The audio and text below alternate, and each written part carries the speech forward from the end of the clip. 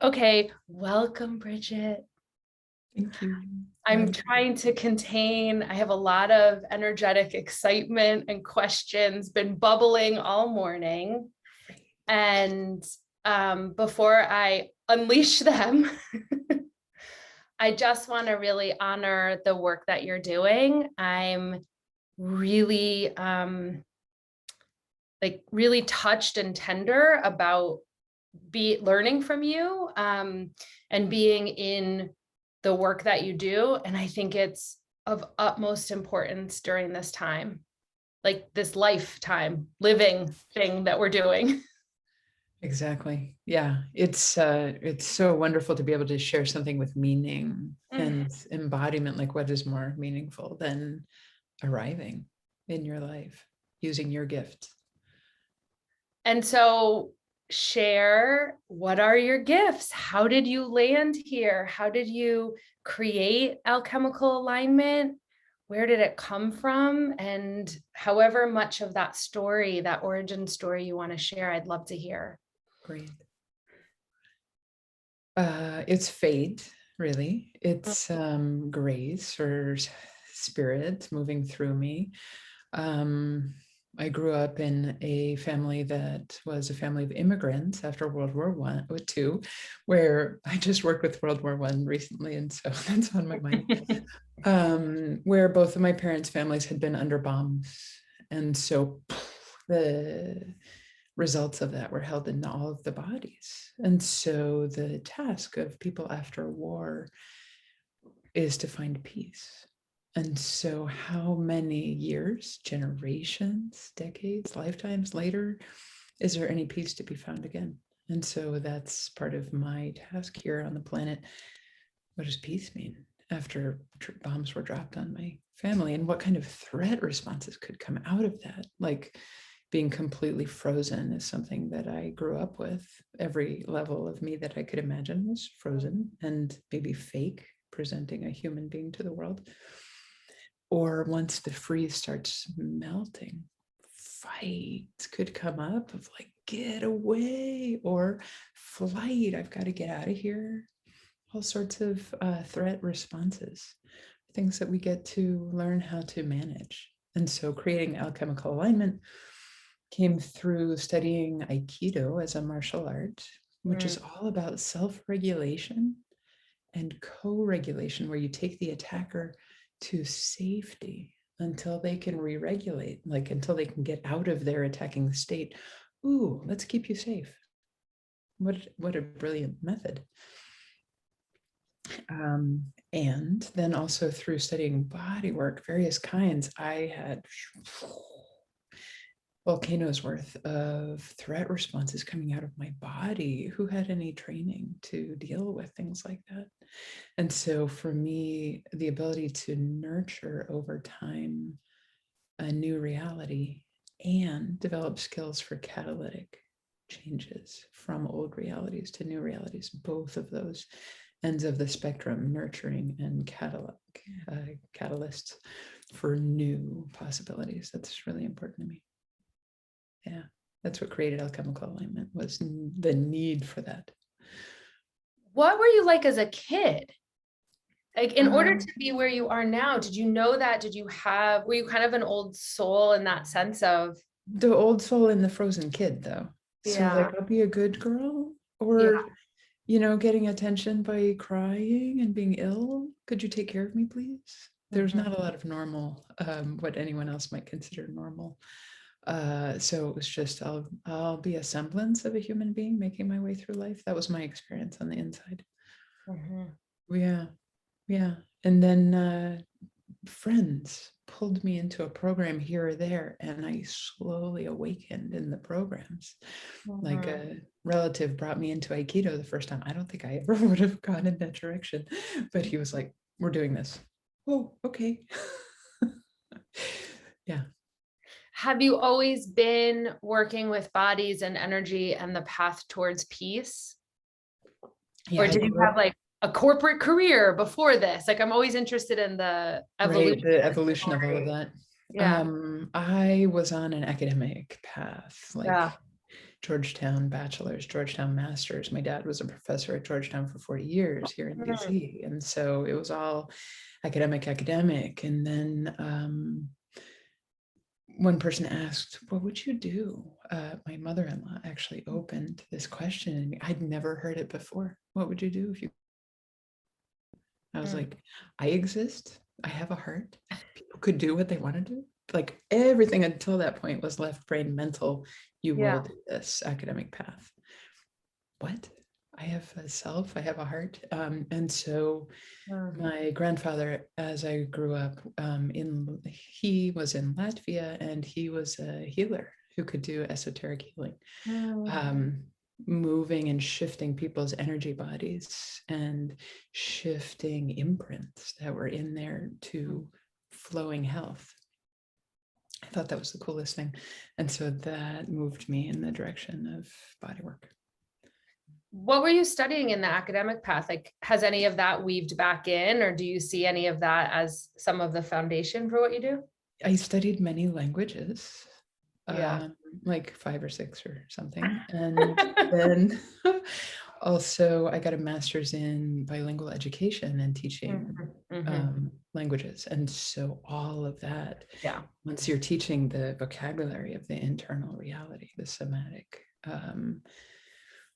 how do you put things into words, the felt sense, and giving people tools for many different ways to think of something or different learning styles, like that. Yeah. And I love that connection, being in training with you, where you pull different threads of different traditions. And now I can see from the languages, again, we're able to use different vocabulary for different parts and different translations. I'm in like weekly Hebrew. And so it's so fun because I'm being able to link the ways in which the language evolves and how different translations mean different thing in different cultures and how we say things. And that deepens the lived experience. Exactly. In so many ways. So that makes a lot of sense. Now I get that. Yeah. And so the ability to map also, Yes. mind mapping and having the consciousness level in order to recognize where are we on many different kinds of maps. That was another really interesting thing. We use lots of mapping, I think, again, partly from my background in education, but also over the years, I've just noticed if I can get it out visually, then it is much more integrated and embodied. And I have never really been able to identify what I was doing with that, because a lot of it was in sort of more like holistic life coaching realm. And then in your program, we make all of these maps, and I just am overjoyed that we're able to link up. And I sort of have found my people in the way of being able to really move it out of the body and onto the page in a creative visual is very powerful. Can you talk a little bit about how you see maps and how in the somatic realm, once you've had a trauma, the mapping gets skewed. And so present time and present place, you begin to have a like a lead balloon that is pulling you toward another place and time. Like, oh, look there, look there, look there. There's a trauma, which simply means there's something overwhelming that happened that I did not have the resources to get through. And so we bring present time resources to that place and time eventually, if there's enough stability to be able to do that. If you don't stabilize first, it's not a good idea to go and do some work. And so the mapping, I love the word coordinates. Where am I? Where is my liver? Is it still taking care of alcoholic parents? Where is my heart? Has it hidden itself away? Any body part, every detail of the brain. How can I create conditions for every bit of me to come into present time so that I can be available to be self, to be in relationship, and to bring to the world that which I'm here to do. One of the things I'm really interested about in sort of the current dynamics about somatic trauma resolution and healing is it seems to be quite different from some of the techniques of the past. Um, can you talk a little bit about that and how maybe that's evolved? Or I Yeah, think, subtlety and containment are the first two words, yeah, and relational and yeah. interactive. Well, it's So, very subtle. Like I've done a few of these practice sessions and yeah. we're just co-regulating and stabilizing, Mhm. and people are having their own experience, and it's extremely potent and profound and very simple. Mhm. And I think in the past, there was a lot of big emotion or, sexiness about reliving trauma. So I'm curious your take on all of that and how it's all evolving. Yeah. So everything that shows up is in present time. Mhm. Everything that is unfinished is here now. So I don't have to regress or travel to another place. I can bring my competence, my confidence, my stability, my highest level of consciousness to any part of my timeline or that of my lineage. And so should there be something large that erupts out of that, what begins first is the co-regulation with another human being sitting with me, the stabilization of another person being with me and having my highest good as their priority, regardless of where I might go in my process. And as I'm held in conditions that are safe and sane in current time, there's nothing I can't visit. The idea of visiting any time or place or subject, any time or place or subject, location, within the body, outside the body, geographically. What is it that's been off limits because of a trauma? And what would happen if it weren't off limits anymore? And if I could have a fluidity going through where there has been some kind of rigidity or fragmentation. And how do you recommend people work with this? Like once a month, once a week? How do you kind of see Yeah. the entering and the releasing of it in terms of consistency? It depends on each person individually. What developmental stage are they in? Are they at a place where they need psychotherapy for a while? Because developing a coherent narrative might be the first Yeah. priority. Yeah. Yeah. And then there's a certain consciousness level that needs to be reached in order to be able to work with another human in the somatic realm interactively. It may be that the silent holding of certain kinds of body work are just the right thing. There's no Mhm. interactivity available to you and no verbal skills available to you yet. And so there's no need to rush into it. Do the first developmental steps. What's the right next step for you individually? And then once you get into it, is it possible for me? I didn't have a self, and I would actually find a self in sessions like these. I exist. I can be in here. I can be taken care of. I can be met. I saw many very, very intuitive practitioners because they would find me and tell me things about myself that I did not have access to. Mm. And so high levels of intuition and integrity and ethics would Mhm. want to go together as opposed to intuition and projections and whatever. So all of that wraps into how often would you do this? For me, how often did I want to have a self? It got to be so enticing. Oh, I could exist again. Could I go twice a week? Could I 3 times a week? Not to the same person necessarily, but to receive something where I would begin to fill in having a self and having a body that then led to a trajectory of creating an entire world of things that are very interesting and beautiful to me. So beautiful. As you were seeing practitioners and developing self, were you creating what would become alchemical alignment, or how did that, you pulled together pieces of different modalities, and then what made you create your own versus Just just, wanted to be a student. I just wanted to be a student forever and yeah. take everybody else's programs and just dive in. But then I went to one program that was ostensibly body work with trauma resolution. And there were so many re-traumatizings happening that I started shaking. I said to the teacher, this isn't allowed. And I'd already done the somatic experiencing program. So I had a lot of education and experience from which to say this to that person. You can't do it this way. And I was actually assisting there. And the person said, well, I'm not doing it your way. I said, I don't care what way you're doing it. This isn't working. Look at that and that and that happened today. And the person said to me, would you like to teach tomorrow? Which was the greatest response. And then I was able to begin giving foundations of what's really important. It was a silent modality that I was participating in. And if you're silent for 60 minutes and then you say, how was that? There are things happening every minute. And if the communication channels are not open, and if the practitioner has no idea of a mapping of, wow, where are we with regard to what's being communicated?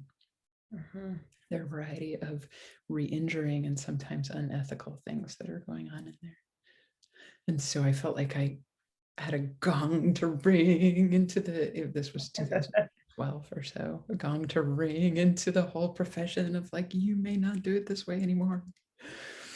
And then like soon after that, I just said, you know what, I've got to teach. I just have to do it. I have everything I need in terms of experience and education. It's time. So I started. I'm curious about the relational field and sort of what you've noticed over this really beautiful, full career of how relationships have changed and the responses around you. Yeah.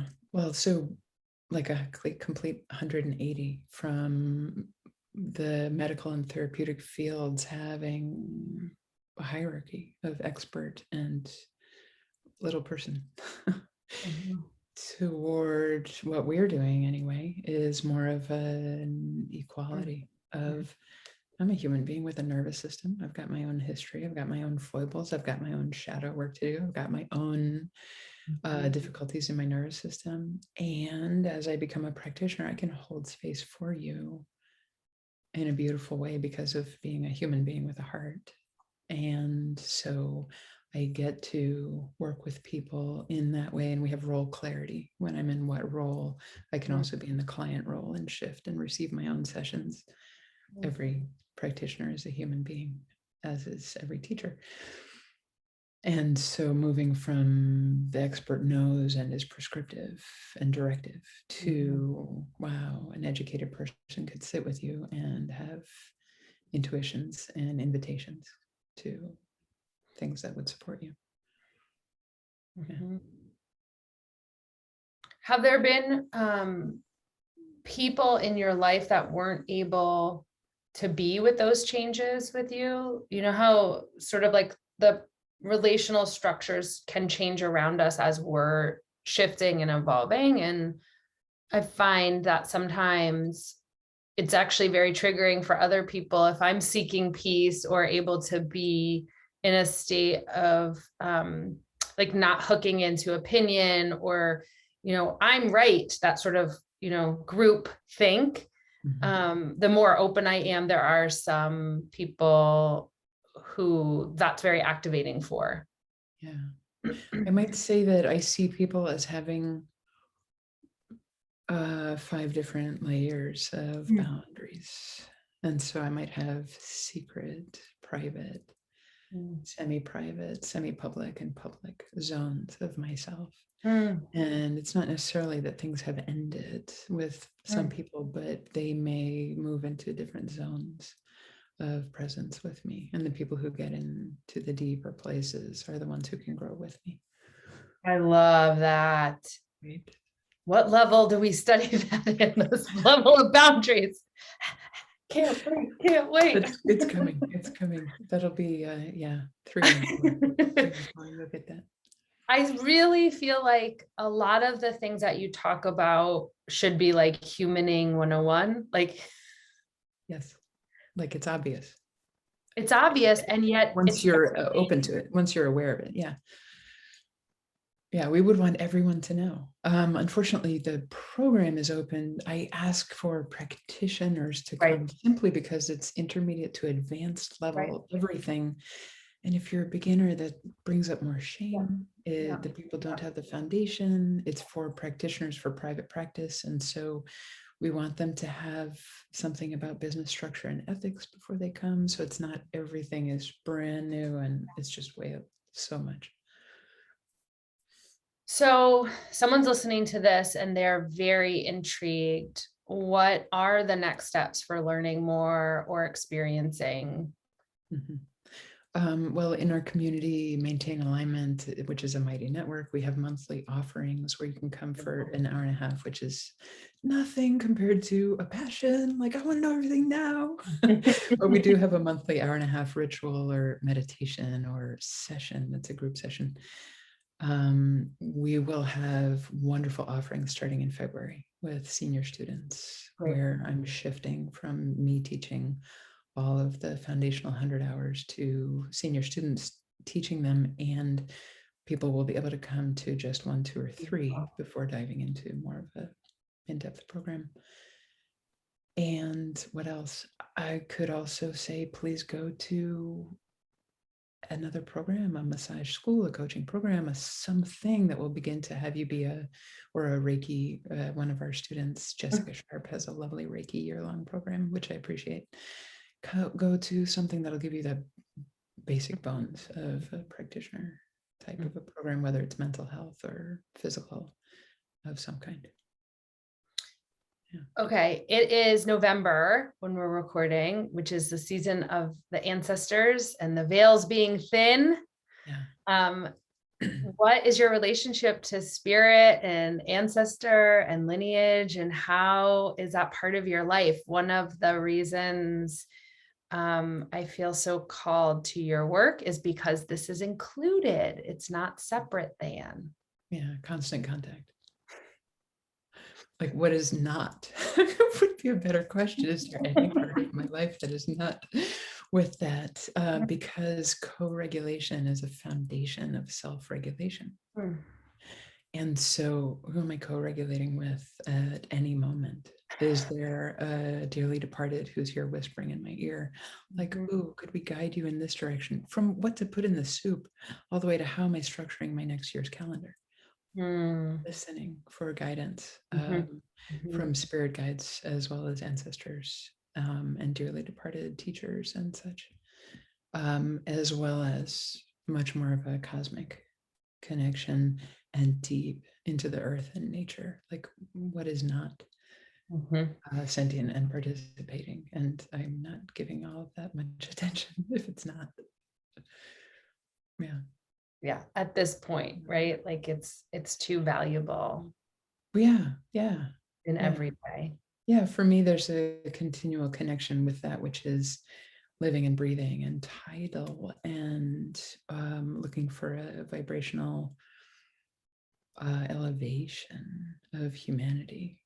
Why pay attention to anything else for me? Well, I think in a lot of realms, they try to separate science and spirit, and that's part of the othering. And I think it's also perhaps why a lot of people feel fragmented, because that's been a societal narrative of like, you have to choose one or the other. And it's kind of like, are you going to fragment your left and right brains? Like, right. Yeah. So at what point can they work together? Right. It's Because so I have powerful. logic and facts and education, and I have intuition, embodied experience, and it's all part of one me. Okay, so to close, someone's listening, they're feeling really connected to what you're saying, and they feel really overwhelmed with their life. They feel behind, they can't catch up. It all feels like too much. What would you say to them? Where do we start? 2 words: stabilization and nurturing. Yeah. Nurturing resilience. Your body security system, which has so many important parts, but you've got the brain with the amygdala scanning for, am I safe, in safety or danger? You've got that in communication continually with your adrenals, your ovaries, if you've got them, or reproductive system, your ability to ground what part of you is not available, and could another human being who's regulated help you to drop down into yourself, into present time, even taking a moment of a pause. That the pauses help to integrate. Where have I been? Where am I headed?